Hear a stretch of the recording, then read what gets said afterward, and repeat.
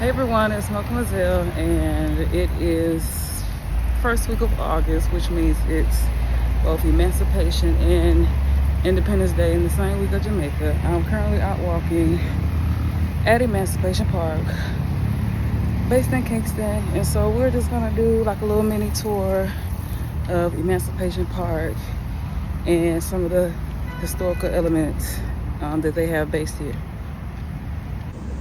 So this is the Emancipation Park statue.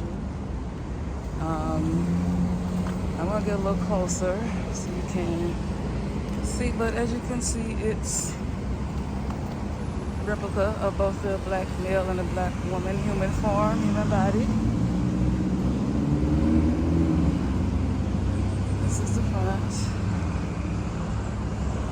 And there was a placard somewhere.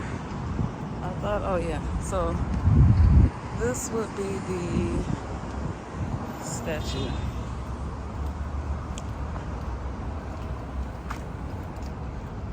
So if we can look here, we'll see.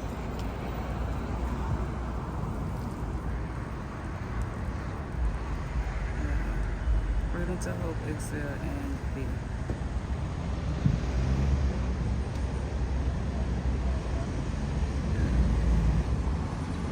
So we have the national heroes of Jamaica here, and this is supposed to signify Jamaica's journey to freedom. So a chronological quarter in honor of the Jamaican national heroes, highlighting their significant contribution to nation building from the days of slavery through emancipation to independence. All right, so let's see if we can go through here. So first up, we have Queen Nanny of the Maroons, circa 1686 through 1750. She is believed by some historians to have been born in West Africa of Ashanti origin and escaped from slavery after being brought to Jamaica. She was the outstanding military leader of runaway enslaved Africans known as the Maroons, who formed their own community in the rugged, hilly terrains of eastern Jamaica. Okay. Now let's go a little further down.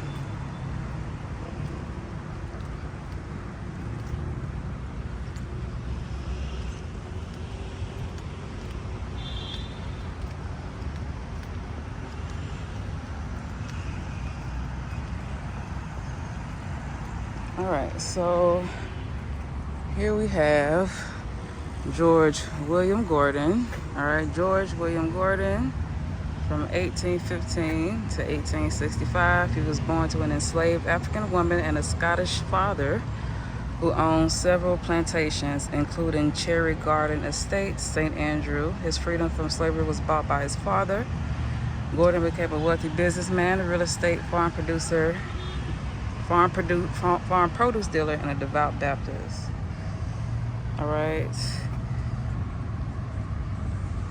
He was arrested in Kingston. He was convicted for his involvement in a rebellion that he organized at St. Thomas in Morant Bay. So you can read some of his quotes here. I don't know if the Gordon Town area was named after him. Up in St. Andrew, but this is George William Gordon, and you can find more information. Now let's go to Samuel Sharp. So Samuel Sharp may be a more well-known figure. Sam Sharp, he was born enslaved in Montego Bay. He was known for leading a uprising and was pivotal in the passing of the Emancipation Act in England. So this is him here. And then let's go further down. As you can see, they have some decor up. You will see like the flag and the colors that they have erected on the palm trees and wrapped around the water fountain. So I come out here and I come walk. This is my first time being out here in a while because I recently moved up into the mountains of Jamaica, so I don't get to hang out as much in Kingston as I would previously. But I know a lot of y'all may know him. This is Marcus Mosiah Garvey. All right, August 17th through June 10th. All right, 1887 to 1940. So he was born in the parish of St. Anne and was educated there until he was 14 when he became a printer's apprentice. All right, so he traveled and he formed the Universal Negro Improvement Association, which was to urge brotherhood among people of African ancestry and promotion of the black race. So black expats and repats in Jamaica, one of the things we seek to do is for those who want to live in Jamaica, return to Jamaica, that we have this kind of foundational union amongst ourselves, that we can, again, contribute and build to Jamaica. But these are big shoes to fill, so hopefully, you know, things will align, that we can get these things back in progress. Not that they say that they haven't been in progress, but we'll see what happens. So we are going to emancipate ourselves from mental slavery, because whilst others might free the body, none but ourselves can free the mind. All right. He was ordained or conferred a national hero in 1969 for his worldwide contribution in the reshaping of black and racial identity and impact of racial harmony in Jamaica. All right, now this is Mr. Paul Bogle. He was born into slavery in the parish of St. Thomas and gained his freedom in 1838.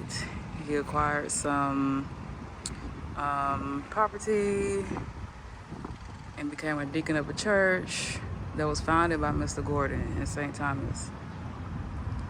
So he fought for land rights, fair wages, and better living conditions for the poor, as there were no social welfare programs to benefit former slaves post-emancipation.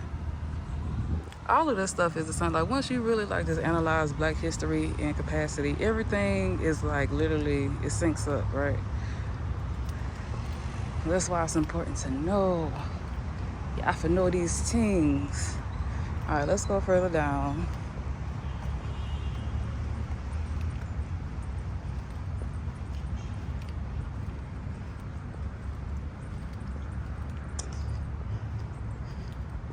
And so this is Norman Washington Manley. Some of y'all may be familiar with the airport that is named after him.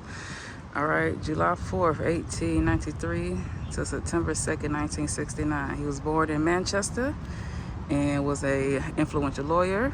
All right, he dealt a lot with the Labor Rebellion and founded the People's National Party in Jamaica, while Jamaica was a British colony, and was a chief minister. Okay, as a founding father of modern Jamaica, he reconstructed social and economic policies, developed an extensive educational plan, and established legislation, government bodies, and boards to develop Jamaica. And that's him there. And then this is Sir William Alexander Bustamante. All right, Buster, or the Chief. That's what they called him. He was born in Hanover. He organized the labor movement, founded the first trade union in Jamaica. He's a member of the Joint Parliamentary Committee. All right. They drafted the Independence Constitution and the team that negotiated Jamaica's independence from Britain, where Jamaica gained independence. He became Jamaica's first prime minister in 1962. As a founding father of modern Jamaica, his works expanded the freedom and rights of the Jamaican people and established major pillars of industry, social, and economic development.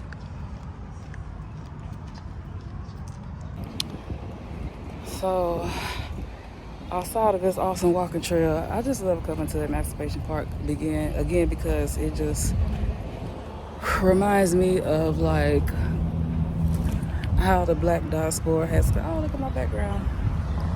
All the black diaspora has done in the world, and especially like in the Caribbean, where these things are not as like known unless you grew up here or was born here, or you took particular studies in Caribbean history or something like that. A lot of this information is just not well known. So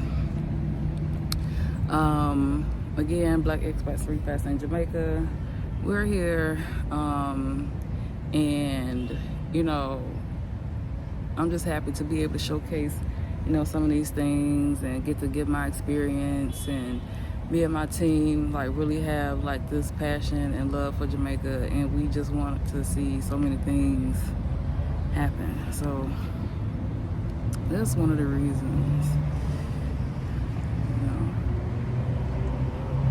we founded BERJ.